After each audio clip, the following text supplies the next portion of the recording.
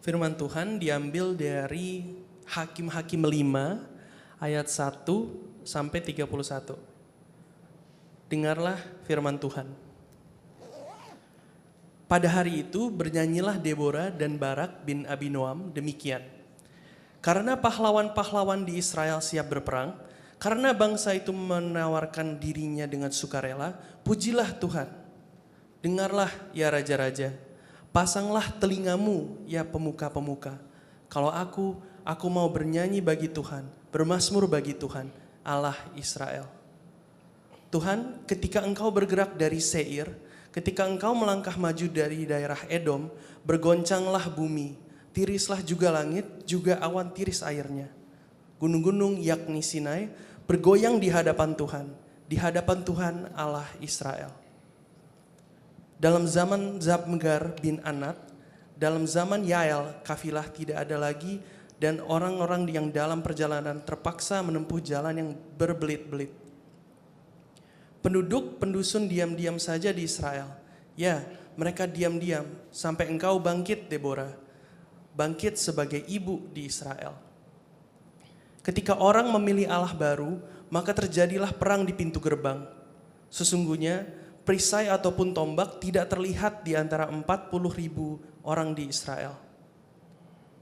Hatiku tertuju kepada para panglima Israel, kepada mereka yang menawarkan dirinya dengan sukarela di antara bangsa itu.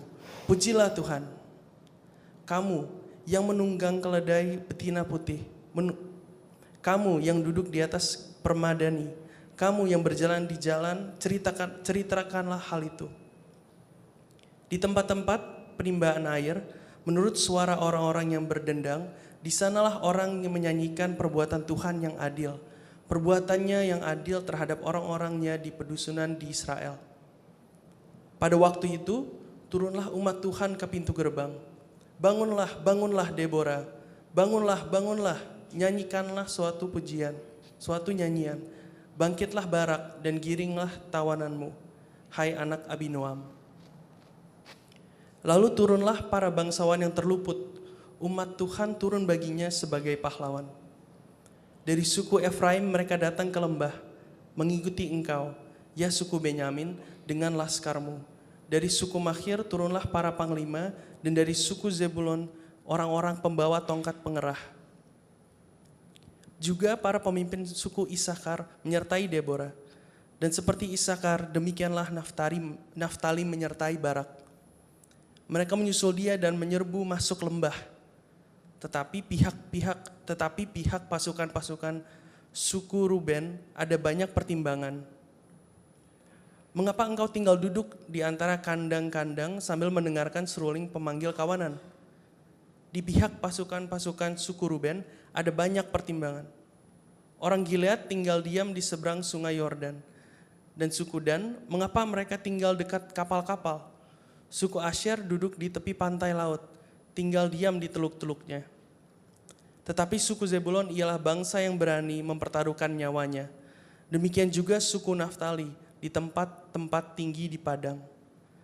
Raja-raja datang dan berperang, dan pada waktu itu raja-raja Kanaan berperang dekat tanah pada mata air di Megido. Tetapi perak sebagai rampasan tidak diperoleh mereka. Dari langit berperang bintang-bintang, dari peredarannya mereka memerangi Sisera. Sungai Kison menghanyutkan musuh, Kison sungai yang terkenal dari dahulu kala itu. Majulah sekuat tenaga, hai jiwaku. Ketika itu menderaplah telapak kuda, karena berpacu lari kuda-kudanya. Kutukilah kota Meros, firman malaikat Tuhan.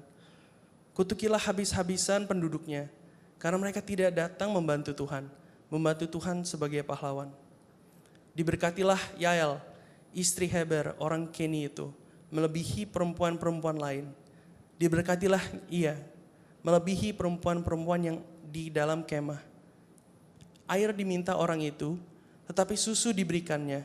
Dalam cawan yang indah disuguhkannya dadih. Tangannya diulurkan mengambil patok, dan tangan kanannya mengambil tukul tukang. Ditukulnya Sisera, dihancurkannya kepalanya, diremukkan dan ditembusnya pelipisnya. Dekat kakinya orang itu rebah, tewas tergeletak. Dekat kakinya orang itu rebah dan tewas. Di tempat ia rebah, di sanalah orang itu tewas, digagahi. Dari jendela ibu Sisera menjenguk dan berseru dari tingkap. Mengapa keretanya tak kunjung datang? Mengapa kereta-keretanya belum kedengaran? Yang paling bijak di antara dayang-dayangnya menjawabnya, dan ia sendiri juga membalas perkataannya itu. Bukankah mereka mendapat jarahan dan membagi-baginya gadis seorang dua untuk setiap orang? Jarahan kain berwarna sehelai dua untuk Sisera. Jarahan kain sulaman aneka warna sehelai dua untuk leherku. Demikianlah akan binasa segala musuhmu ya Tuhan. Tetapi orang yang mengasihinya bagaikan matahari terbit dalam kemegahannya. Lalu amanlah negeri itu 40 tahun lamanya. Demikianlah firman Tuhan. Terima kasih Saudara Jeremy yang telah membacakan teks kita pada pagi hari ini. Sebelum kita masuk ke dalam renungan kita, mari kita berdoa. Tuhan, kami mengucap syukur karena Engkau Allah yang datang bagi kami ketika kami memberontak dan ketika bahkan kami menolak Engkau. Engkau sendiri yang hadir untuk berperang bagi kami. Engkau yang memenangkan pertempuran kami, Engkau yang mengasihi kami. Biarlah Tuhan, kasih-Mu itu mengubahkan kami, membawa kami kepada ketundukan dan pujian akan kemegahan. Di dalam nama Tuhan Yesus kami berdoa, amin. Ya, saudara, kita melanjutkan seri khotbah kita dari Hakim-Hakim. Hari ini kita masuk ke Hakim-Hakim 5. Jadi Hakim-Hakim 5 ini sebenarnya kalau saudara baca kisahnya sebenarnya sama dengan Hakim-Hakim 4. Cuman disajikan dalam genre yang berbeda. Kalau di Hakim-Hakim 4 itu cerita gitu, kalau di sini ini lebih bentuknya pujian, lebih sebagai puisi. Oke saudara, pagi ini saya ingin memulai perenungan kita ini dengan sebuah pertanyaan yang mungkin pertanyaan ini akan terasa dekat dengan hidup kita hari-hari ini. Saudara, pernahkah saudara melewati satu musim kehidupan? Musim ini mungkin berminggu-minggu, bahkan berbulan-bulan atau menahun, atau berdekade. Ya, saya baru hidup 2 dekade, saudara. Tapi mungkin kita punya permasalahan yang berdekade-dekade. Saudara, pernahkah saudara merasa dunia itu terasa tiba-tiba tidak aman lagi? Bahayanya muncul dalam pikiran kita, dalam hati kita. Mungkin bahayanya bisa secara fisik, tapi juga secara ekonomi, secara psikologis. Pernahkah saudara merasa hidup saudara tidak lagi aman?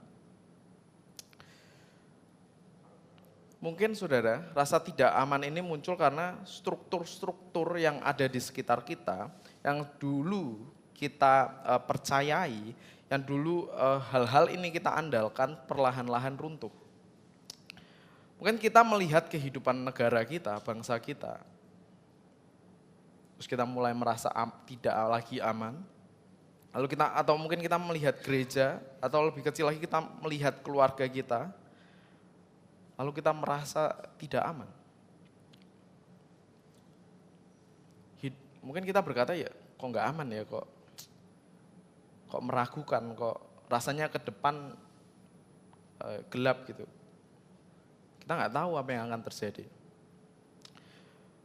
Rasanya untuk berjalan dan memilih hal-hal yang perlu kita lakukan dengan bebas tidak lagi semudah itu. Karena ada sesuatu yang rusak, sesuatu yang tidak pada tatanannya. Dan saudara, masalahnya adalah kita tidak tahu cara memperbaikinya. Kalau ini rusak, terus kita bisa memperbaikinya, kita masih akan punya rasa aman. Tapi kalau hal-hal yang kita pegang, struktur-struktur di kehidupan kita, di negara kita, kota kita, keluarga kita, gereja kita rusak dan kita tidak tahu cara memperbaikinya, maka kita akan mulai merasa tidak aman. Karena kita tidak tahu apa yang harus dilakukan. Sedangkan hidup kita rasanya mulai tidak bebas dan terancam. Saudara, inilah gambaran dalam Hakim-Hakim 5, saudara. Ayat 6 berkata, dalam zaman Samgar bin Anat, dalam zaman Yael, jalan-jalan raya kosong dan para pengembara mengambil jalan yang berliku-liku. Jadi digambarkan jalan-jalan sepi. Kehidupan itu enggak lagi hidup. Kehidupan itu sudah menyusut, sudah redup. Ritme-ritme normal perdagangan, komunitas, keamanan itu berhenti. Enggak ada lagi kehidupan, saudara. Lalu di ayat 7 dikatakan penduduk desa itu berhenti sama sekali. Sampai aku Deborah bangkit sebagai ibu di Israel. Saudara, inilah dunia Hakim-Hakim 5 dan Hakim-Hakim 4. Bukan dunia yang bisa dimenangkan dengan mudah. Dunia Hakim-Hakim 5 ini adalah dunia di mana orang biasa itu takut untuk hidup secara biasa, saudara. Saya ulangin, ini dunia di mana orang biasa takut menjalani hidup biasa. Karena kondisinya begitu mengancam. Disitulah nyanyian ini timbul, saudara.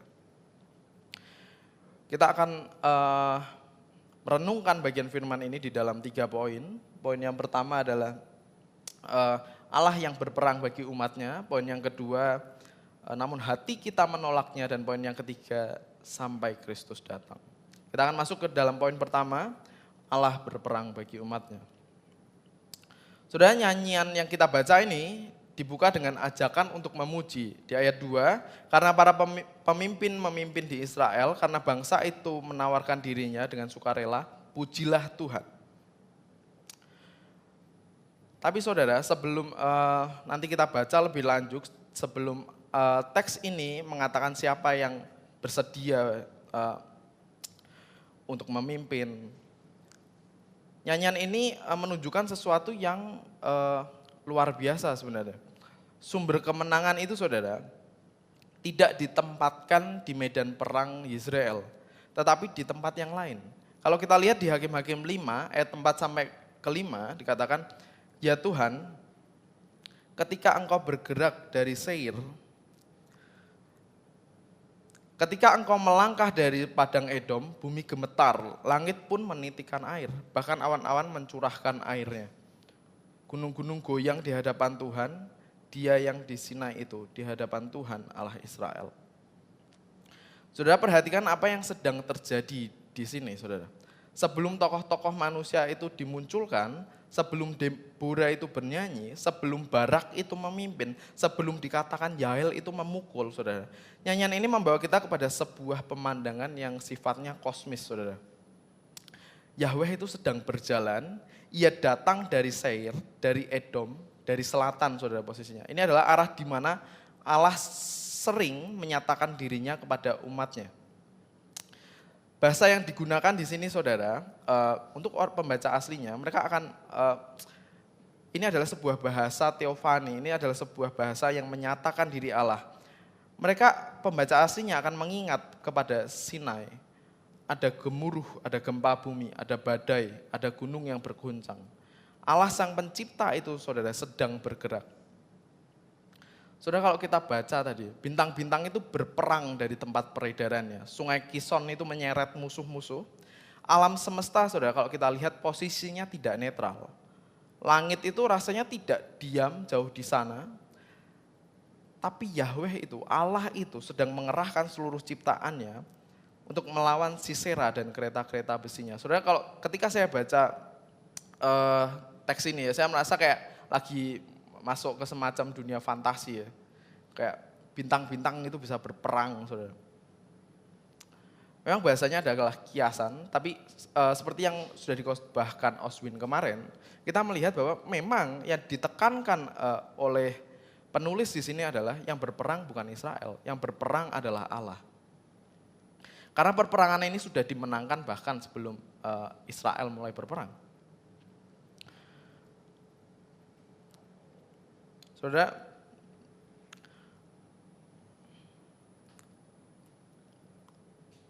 kenapa Allah yang menggerakkan ciptaannya melawan Sisera dan kereta-kereta besinya ini penting? Karena di ayat 6-8 dijelaskan kondisi Israel bahwa ketika orang memilih Allah yang baru, maka perperangan itu ada di pintu gerbang. Gak ada perisai, gak ada tombak buat 40.000 orang Israel. Saudara, Israel itu di sini digambarkan sebagai bukan hanya kalah secara militer, tapi mereka itu bangkrut secara rohani, saudara. Mereka itu tidak berdaya, dan ketidakberdayaan mereka ini yang digambarkan gak ada tombak, gak ada perisai, itu karena memilih Allah baru. Ketidakberdayaan mereka adalah karena dosa mereka akan penyembahan mereka terhadap berhala. Saudara, Alkitab sangat jelas di sini. Dosa itu menghasilkan sebuah perbudakan. Saudara, Israel ini bangsa yang pernah keluar dari Mesir, bangsa yang pernah menyeberangi laut Teberau dan menerima Taurat di Gunung Sinai. Di gunung yang bergemuruh, yang bergoncang-goncang itu. Dan ketika mereka meninggalkan Allah yang hidup itu, mereka kehilangan kemampuan untuk mempertahankan diri mereka sendiri. Mereka tidak punya kemampuan untuk mempertahankan diri mereka terhadap apapun. Gak ada perisai, gak ada tombak, jalan-jalan kosong, 40.000 pasukan tapi gak punya apa-apa. Tapi kemudian saudara, penggambarannya adalah bagi orang-orang yang menyimpang memilih Allah baru, di mana perperangan datang ke pintu gerbangnya, di mana mereka gak punya apa-apa, Allah itu datang, Allah itu berjalan, dan Allah itu berperang. Dan ayat 11, saudara, kalau kita lihat ditutup dengan perkataan, maka turunlah umat Tuhan ke pintu gerbang. Saudara, penggambaran ini yang tadi sepi, sekarang turunlah umat Tuhan ke pintu gerbang, ini adalah sebuah gambaran pemulihan, sebuah kehidupan kembali yang tadi sebelumnya tidak ada. Tetapi ketika Allah sudah datang dan berjalan, orang-orang itu bisa bergerak lagi. Kehidupan manusia itu mulai dipulihkan kembali. Ini bukan karena Israel membangun pasukan yang lebih kuat, tetapi karena Yahweh turun masuk ke dalam sejarah mereka, saudara. Karena Allah maju berperang bagi mereka. Saudara, mungkin saudara pernah dengar sebuah kisah tentang orang-orang yang terperangkap di dalam gua yang ada di bawah air, saudara.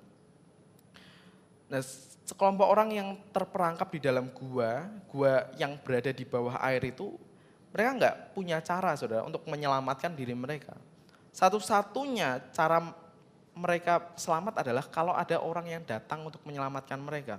Mereka nggak bisa berenang dengan tahan nafas lalu keluar, nggak mungkin, saudara. Penggambaran gua bawah air ini sangat dalam. Karena ini gua, proses untuk masuk ke dalam gua ini terlalu sulit. Ada celah-celah batu-batu, sehingga orang-orang yang kehilangan alat-alat selamnya, yang lalu terperangkap di dalam gua ini tidak bisa menyelamatkan diri mereka. Keselamatan mereka, jika mereka diselamatkan itu, mereka nggak punya kontribusi apapun terhadap keselamatan mereka. Penyelamatan itu, saudara, sepenuhnya datang dari luar ketika penyelam-penyelam ahli datang untuk menyelamatkan mereka. Orang-orang yang diselamatkan ini, saudara, hanya bisa bertahan sampai ada penyelamat yang datang untuk menyelamatkan mereka. Inilah gambaran yang bisa menggambarkan Hakim-Hakim 5. Israel ada di dalam gua itu, air sedang naik, kondisi mereka itu sangat mencekik, saudara.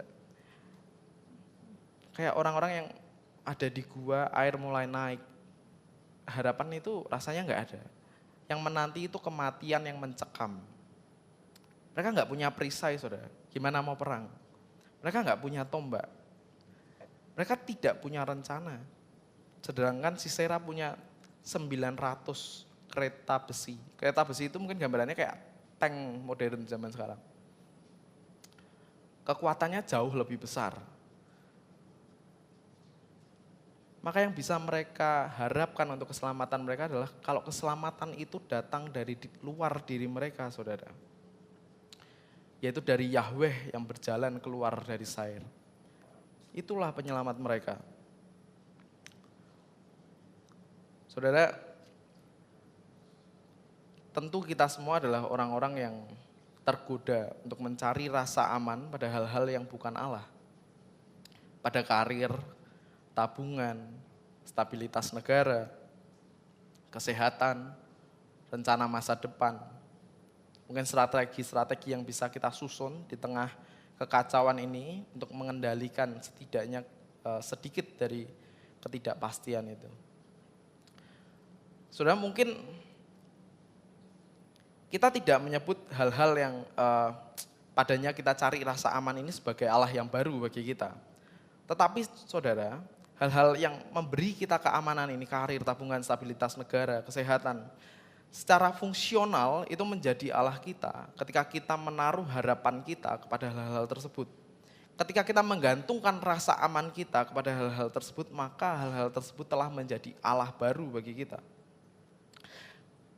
Dan itu nampak ketika semua hal yang kita rencanakan ini, tabungan kita, karir kita, ketika ini goyah saudara, semua rasa aman kita rasanya hilang. Kenapa? Karena inilah kehidupan kita. Karir ini, tabungan ini, rencana ini yang menjadi pegangan hidup kita. Kalau itu hilang saudara, dan hidup kita hancur, keamanan kita goyah, itu menunjukkan saudara, kebergantungan dan harapan kita bukan kepada Allah, tetapi kepada Allah-Allah yang baru ini. Saudara, pola Hakim-Hakim 5 ini sampai sekarang tidak pernah berubah. Ketika kita memilih Allah-Allah yang baru, maka jalan-jalan kita mulai tidak aman, saudara. Mungkin, saudara, nggak secara literal, di jalan kita terus dibegal, nggak kayak gitu ya. Tetapi hidup kita itu rasanya mulai menyusut. Ketakutan kita itu mulai membesar. Kita menghabiskan tenaga luar biasa untuk mengamankan hal-hal ini yang dapat mengamankan kita. Yang sebenarnya saudara, tidak dirancang untuk menghasilkan rasa aman tersebut. Saudara, hal-hal yang bisa kita raih, yang bisa kita peroleh itu tidak akan pernah menghasilkan rasa aman.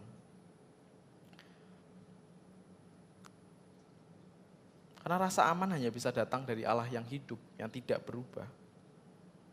Saudara, hari ini apa yang selama ini kita percaya untuk menopang kehidupan kita? Menopang dunia kita. Hal apa yang membuat hidup kita rasanya runtuh kalau hal itu hilang? Kalau hal itu tidak lagi ada. Itulah Allah baru kita, saudara. Dan undangan dari nyanyian ini, saudara, adalah untuk mengangkat mata kita, melepaskan pandangan kita dari hal-hal tersebut kepada Allah yang hidup. Allah yang memerintah bintang-bintang, Allah yang memakai sungai Kison untuk melawan kereta besi. Dia adalah Allah yang masih berperang bagi kita sampai hari ini.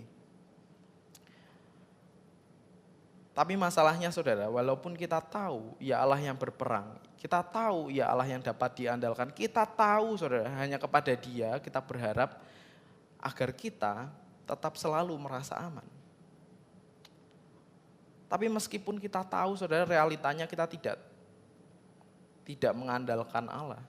Walaupun kita tahu rasanya susah untuk memegang Allah sebagai otoritas terutama dalam kehidupan kita, sebagai yang mengendalikan kehidupan kita. Kita lebih suka saudara berpegang kepada hal-hal yang bisa kita lihat, kita hitung, kita kendalikan. Karena kita mau menjadi Allah bagi diri kita sendiri. Kita masuk ke poin kedua, namun hati kita menolaknya.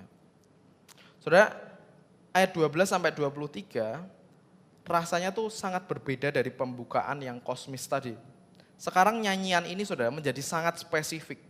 Nama suku-suku itu disebut satu persatu.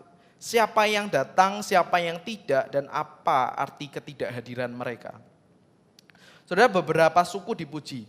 Efraim, Benyamin, Makhir, Sebulon, Isakar, mereka datang. Mereka meninggalkan keamanan di wilayah mereka dan ikut masuk ke dalam perperangan yang sebenarnya sudah dimenangkan oleh Allah. Saudara, ayat 18 berkata tentang Sebulon dan Naftali. Mereka mempertaruhkan nyawanya, tetapi kemudian ada nyanyian ini berubah saudara. Di ayat 15 sampai 17, di daerah-daerah Ruben ada banyak pertimbangan hati. Mengapa engkau tinggal di tengah-tengah kandang domba untuk mendengarkan suling bagi kawanan ternak? Gilead tinggal di seberang sungai Yordan, Dan ia tinggal dekat kapal-kapalnya. Asher duduk diam di tepi laut. Saudara, Ruben sedang mempertimbangkan semuanya, saudara. Suku Ruben sedang menghitung biaya. Mereka sedang memikirkan resiko ikut berperang. Dan akhirnya mereka memilih dari perhitungan mereka untuk tetap tinggal aja sama domba-domba mereka. Secara perhitungan itu lebih untung, saudara. Lebih masuk akal, lebih rasional. Suku Dan tetap ada di kapal-kapalnya, Asher tetap aman di teluk-teluk mereka. Mereka nggak maju berperang. Saudara, mereka yang tidak maju berperang ini bukan orang kafir. Mereka adalah suku-suku Israel, mereka adalah umat perjanjian Allah. Mereka adalah bangsa yang sama-sama melihat dan mendengar kuasa Allah. Tetapi ketika Yahweh berjalan maju, saudara, ketika momen untuk ikut Tuhan, momen untuk mengikut pergerakan Allah itu tiba, mereka menemukan, saudara, bahwa prioritas mereka yang sesungguhnya ternyata bukan Allah. Prioritas mereka ada di tempat lain. Ada di keamanan dan kenyamanan diri, saudara. Lalu ada ayat yang saya rasa paling gelap di seluruh bagian teks ini adalah, kutukilah Meros, demikian firman malaikat Tuhan. Kutukilah dengan keras penduduknya, sebab mereka tidak datang membantu Tuhan melawan para pahlawan. Mereka tidak mengikut Tuhan. Tuhan gak perlu bantuan, saudara. Tapi kalau Tuhan memanggil, kita harus datang. Meros ini bukan musuh, ini adalah pemukiman di Israel. Dan kutukan itu datang bukan karena mereka melawan Tuhan, saudara. Karena mereka tidak melakukan apa-apa. Saudara, kutukan itu datang bukan karena mereka melawan Tuhan, tapi karena mereka tidak melakukan apa-apa. Saudara, dosa itu kadang adalah netralitas, saudara. Kita rasa kita pengen jadi orang yang selalu netral ya. Tapi kita nggak bisa, saudara. Netralitas itu dosa. Kenapa, saudara? Tidak ada wilayah netral dalam kerajaan Allah, saudara. Pilihannya adalah kita bersama dengan Dia atau kita sedang melawan Dia. Sikap pasif di tengah pergerakan kerajaan Allah bukan posisi yang aman, saudara. Itu posisi Meros, dan Meros dikutuk, saudara.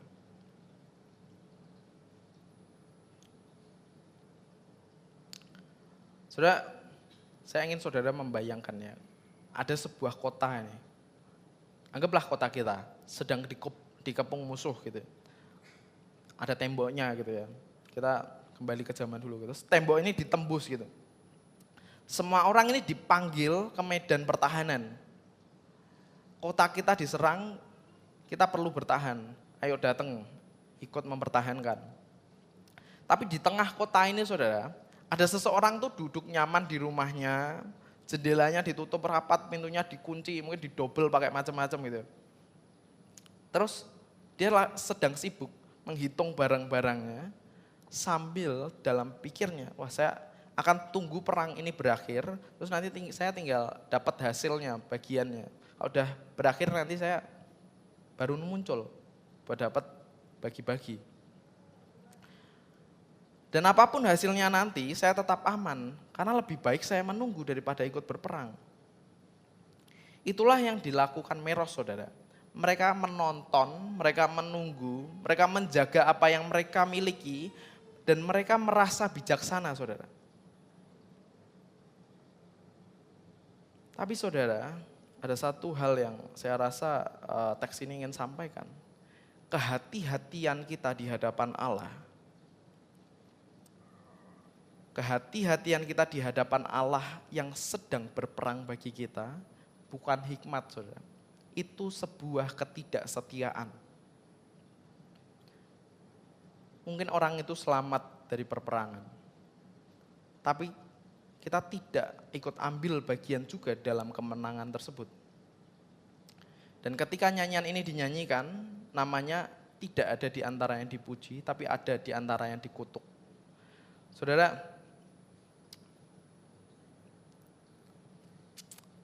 saya ingin berbicara dengan jujur ya. Bagian ini rasanya tentu sangat tidak nyaman dalam kekristenan modern zaman ini. Saudara, kita sangat pandai menyusun ketidakikutan itu secara terorganisir sekarang. Kita bisa aja datang ibadah, kita bisa saudara jadi orang-orang yang memegang doktrin yang benar, kita bisa mempertahankan identitas Kristen kita. Tetapi saudara, secara nyata hidup kita itu sebenarnya sedang terpisah dari misi Allah yang sedang bergerak. Kita saudara bisa tetap tinggal nyaman di kandang domba kita, di karir kita, lingkaran sosial kita, kenyamanan pribadi kita. Dan kita bisa ngomong saudara, membenarkan apa yang kita lakukan ini dengan mengatakan, ya saya realistis saya, hidup tuh susah gitu ya. Ini langkah yang bijaksana dan bertanggung jawab untuk mempertahankan karir saya, lingkaran sosial saya, kenyamanan pribadi saya.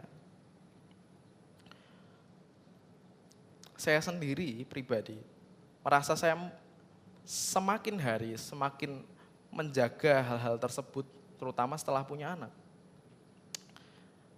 Saya rasa saya ingin mempertahankan hidup saya, karir saya, semuanya. Kenapa? Karena ini lebih aman saudara. Tapi daftar suku dalam Hakim-Hakim 5 ini memaksa kita bertanya dengan cara yang berbeda. Pertanyaannya saudara, bukan apakah saya mengatur hidup saya dengan baik.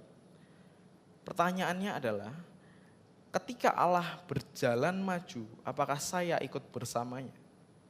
Atau saya tetap tinggal demi kenyamanan saya?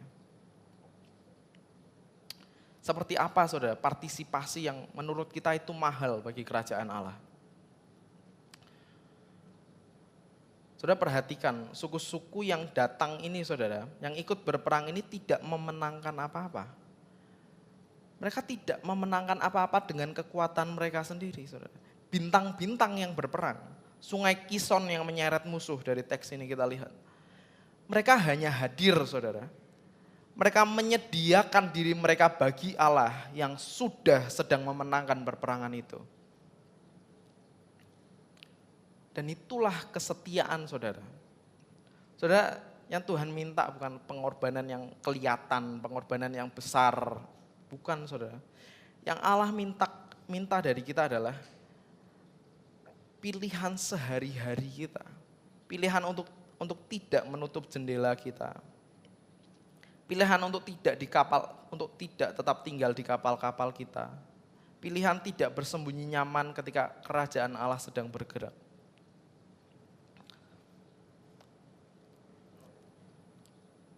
Saudara, Allah ingin kita berpartisipasi dalam perperangannya setiap hari, dalam setiap pilihan-pilihan kecil yang kita buat dalam kehidupan kita. Memilih untuk mengampuni, memilih untuk mengasihi, memilih untuk melayani, memilih untuk memberikan waktu, memilih untuk memberikan telinga, menyediakan hati. Saudara, pilihan untuk mengikut Allah bukan pilihan minggu depan kita perang ya kayak gitu ya. Itu kejadiannya di sini. Buat kita pilihannya terjadi setiap hari, saudara.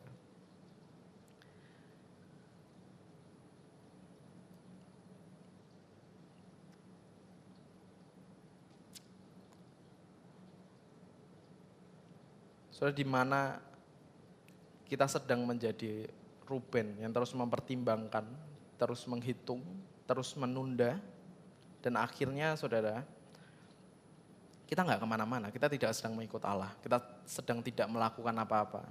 Dan itu adalah sebuah tindakan melawan Allah. Saudara, kutukan Meros bukan diberikan untuk menghancurkan kita dengan rasa bersalah. Teks ini diberikan untuk membangunkan kita dari tidur kita yang nyaman sebagai penonton-penonton rohani. Saudara, hari ini kita di gereja, kita nggak datang buat nonton, ini bukan bioskop saudara. Saudara nggak sedang nonton konser, ada yang nyanyi, terus ada yang, saya juga nggak lagi stand up, nggak ada yang ditonton gitu ya. Jadi kita datang ke sini mengikut Tuhan, itu berpartisipasi, kita satu tim. Kita nggak ada yang di stadion, kalau kita pemain bola kita semua lagi ada di lapangan.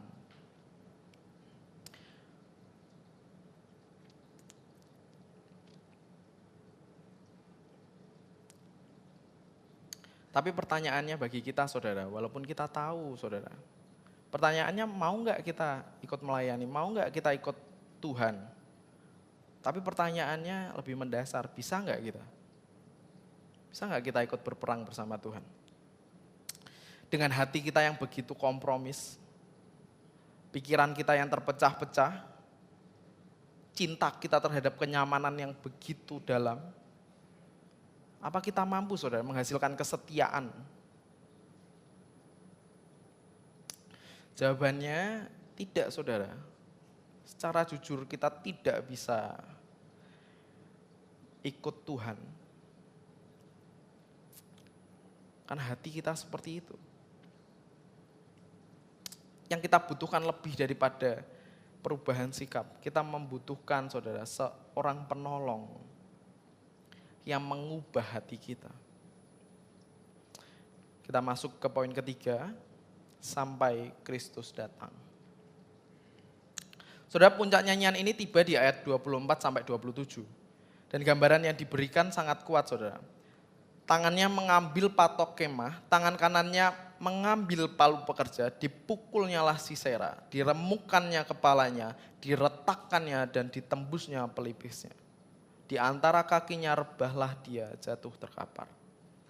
Saudara, Sisera, panglima perang paling menakutkan pada zamannya, pemilik 900 kereta besi, dijatuhkan oleh sebuah patok kemah, saudara. Dia enggak kalah sama pedang, dia kalah oleh patok kemah. Dan oleh seorang perempuan di dalam tenda. Dengan alat yang tampak sangat lemah, saudara. Saudara, adegan ini bukan tentang Yael. Ini bagian dari janji Allah. Kalau kita lihat kembali Kejadian 3 ayat 15, janji pertama setelah kejatuhan manusia, Allah mengatakan, aku akan mengadakan permusuhan antara engkau dan perempuan ini, antara keturunanmu dan keturunannya, keturunannya akan meremukkan kepalamu. Perhatikan saudara, polanya. Kepala diremukkan. Musuh dihancurkan melalui pukulan di kepala. Hakim-hakim 5 saudara, adalah sebuah tipologi, bayangan menuju ke depan. Saudara, Sisera ini mewakili kuasa ular yang melawan Allah, dan ia diremukkan. Tetapi Sisera kita tahu bukan ular terakhir. Yael juga bukan pembebas terakhir. Nyanyian ini saudara, bagi bangsa Israel menimbulkan kerinduan akan sang pembebas yang lebih besar. Yang selama ini hanya bayangan yang samar-samar. Saudara, semua yang dibangun Hakim-Hakim 5 ini, sang pahlawan ilahi yang berjalan maju, perperangan kosmis, kemenangan melalui kelemahan, penghancuran kepala musuh, janji tentang perhentian dan terang. Semua ini merujuk kepada Yesus Kristus. Seluruh tema Allah sang pahlawan dalam Alkitab saudara, dalam Keluaran 15, Ulangan 32, Mazmur 68, Habakuk 3, sekarang Hakim-Hakim 5, semuanya memuncak kepada satu peristiwa, salib dan kebangkitan Kristus. Saudara, di Kalvari Allah sendiri masuk ke medan pertempuran. Allah tidak lagi sedang mengirim utusan, Allah mengenakan daging manusia yang rapuh, fana, bisa terluka, lalu berjalan masuk ke dalam wilayah musuh. Ibrani 2 ayat 14 mengatakan, supaya oleh kematiannya ia memusnahkan dia, yaitu iblis, yang berkuasa atas maut. Dan bagaimana Yesus menang saudara? Melalui apa yang tampak seperti kekalahan total. Melalui salib, melalui kubur, dan melalui penderitaan. Saudara, kereta besi dosa, maut, dan kuasa kegelapan itu berkumpul di Golgota. Tetapi justru di saat kelemahan terbesar itu saudara, kemenangan terbesar terjadi. Kolose 2 ayat 15 mengatakan, ia telah melucuti pemerintah-pemerintah dan penguasa-penguasa dan menjadikan mereka tontonan umum dalam kemenangannya atas mereka. Saudara, Allah memperlakukan kesombongan manusia dan kuasa kosmis melalui apa yang nampaknya lemah. Patok kemah di tangan Yael terbuat dari besi, saudara. Salib Kristus terbuat dari kayu. Tapi saudara, melalui dua hal yang tampak lemah ini, kepala musuh diremukkan, saudara. Dan Ibrani 4 memberitahu kita, hasil akan kemenangan itu sebuah perhentian. Sudah bukan sekedar damai sementara seperti yang ada di zaman hakim-hakim, tetapi perhentian yang sejati dan kekal. Karena Yesus sudah berperang, Yesus sudah menang, dan Yesus sudah bangkit. Dan saat ini Yesus sedang memerintah.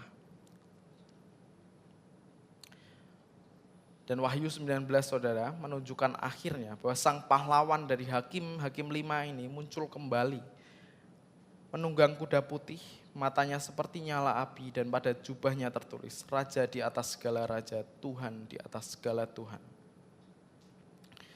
Saudara, nyanyian yang kita baca dimulai di tenda Deborah mungkin, tapi nyanyian ini berakhir kepada Allah kita yang ada di surga.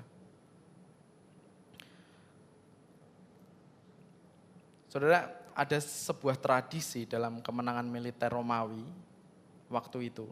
Ketika seorang jenderal itu baru menang perang, ia akan diarak melalui kota dengan begitu megah, tapi di samping pemenang ini, samping jenderal ini selalu ada seorang budak yang akan bisikin, memento mori, ingat engkau akan mati. Jadi dia lagi diarak karena kemenangan, selalu ada budak di sampingnya bilang, ingat engkau akan mati. Kemenanganmu nyata tapi sementara. Saudara, dan kemenangan manusia dalam kitab Hakim-Hakim ini semua sama. Sementara siklus dosa kembali lagi, kita akan lihat, dan tiap kali kembali siklusnya lebih dalam dan lebih gelap. Musuh lain akan datang. Saudara, kemenangan kita di dunia ini selalu dibayangi oleh maut. Tapi kemenangan Kristus tidak punya bisikan-bisikan itu, saudara. Karena Kristus telah bangkit dari kematian dan maut tidak punya kuasa lagi. Saya sangat suka dengan ayat 31. Tetapi orang yang mengasihinya biarlah seperti matahari terbit dalam kemegahannya. Saudara, Kristus adalah matahari yang terbit yang tidak pernah terbenam lagi. Saudara, jadi jika hari ini saudara, mungkin hidup kita adalah jalan-jalan yang rasanya kosong. Jika kita penuh ketakutan, jika kita lelah, jika kita merasa dunia hari ini tidak aman, maka ada kabar bagi kita bahwa sang pahlawan ilahi sudah masuk ke dalam kehidupan kita. Bahwa kita tidak sedang menunggu akhir. Karena Allah sudah hadir. Ia Allah yang datang. Ia datang di Bethlehem sampai ke Golgota dan sampai ke kubur yang kosong. Saudara, pertempuran terbesar kita untuk keamanan kekal kita itu sudah dimenangkan. Jika kita merasa tidak aman, mari kita melihat kepada Dia yang telah menang. Karena pada Kristus adalah keamanan kita sekarang dan sampai selamanya. Jika hari ini kita melihat diri kita terus menunda, terus menghitung, dan memilih untuk nyaman sementara mengikuti kerajaan Allah, kita tidak lakukan. Yang firman Tuhan ingin katakan adalah, Ia mengundang kita untuk mengikuti Allah, berjalan bersama Dia.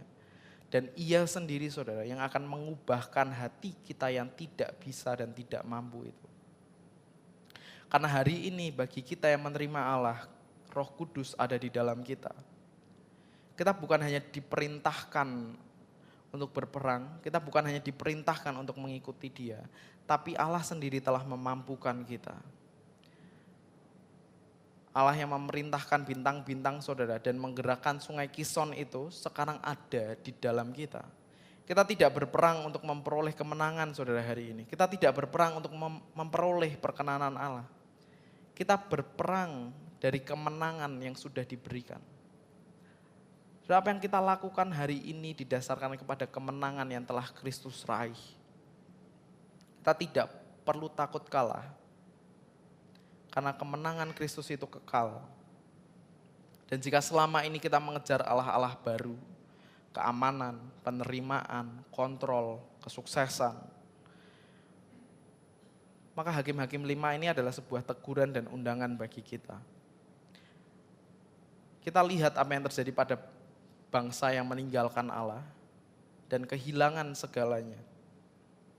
Tapi kita juga melihat bagaimana Allah tetap melakukan pertempuran bagi mereka.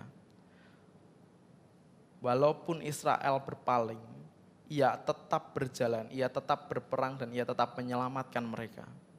Bukan karena Israel layak, saudara, tapi karena Allah memang mengasihi kita. Saudara, Allah dalam Hakim-Hakim 5 datang bagi kita yang tidak punya senjata. Bagi kita yang merasa tidak punya harapan. Jika kehidupan kita rasanya begitu mencekik dan kelam hari ini. Ia Allah yang datang bagi kita yang tidak berdaya.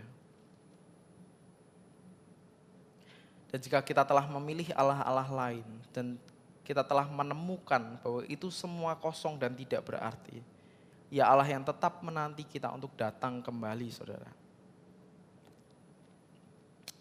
Ada nama baru buat Meros dalam perjanjian baru.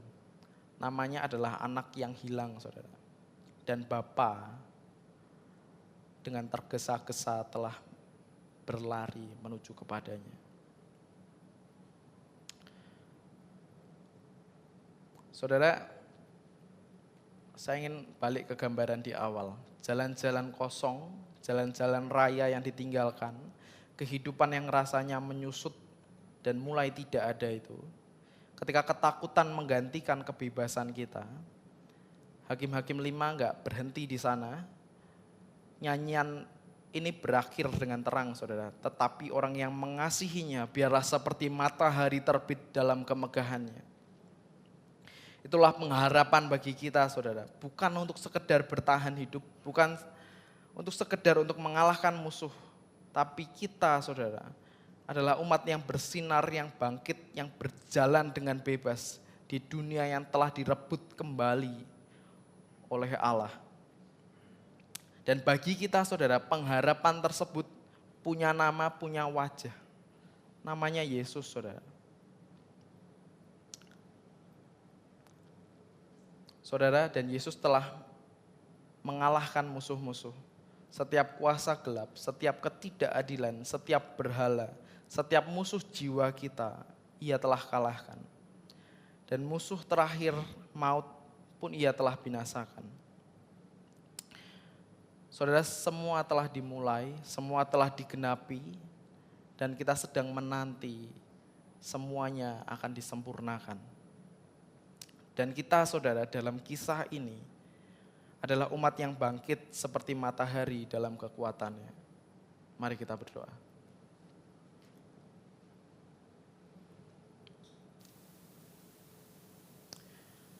Tuhan, kami datang membawa setiap kelemahan kami, setiap keraguan kami, rasa tidak aman yang kami miliki, Tuhan. Mungkin kami adalah orang yang suka menghitung-hitung, kami adalah orang yang lebih suka menjaga kenyamanan diri kami dibandingkan mengikuti Allah dan memilih apa yang Allah inginkan. Tapi Tuhan, kiranya Engkau memampukan kami, karena Engkau Allah yang telah memilih kami, Engkau Allah yang telah mengasihi kami. Kami percaya Engkau Allah yang mengubahkan kami. Enggak kami, Tuhan, melakukan apa yang menjadi kehendak-Mu. Dalam nama Tuhan Yesus kami berdoa. Amin.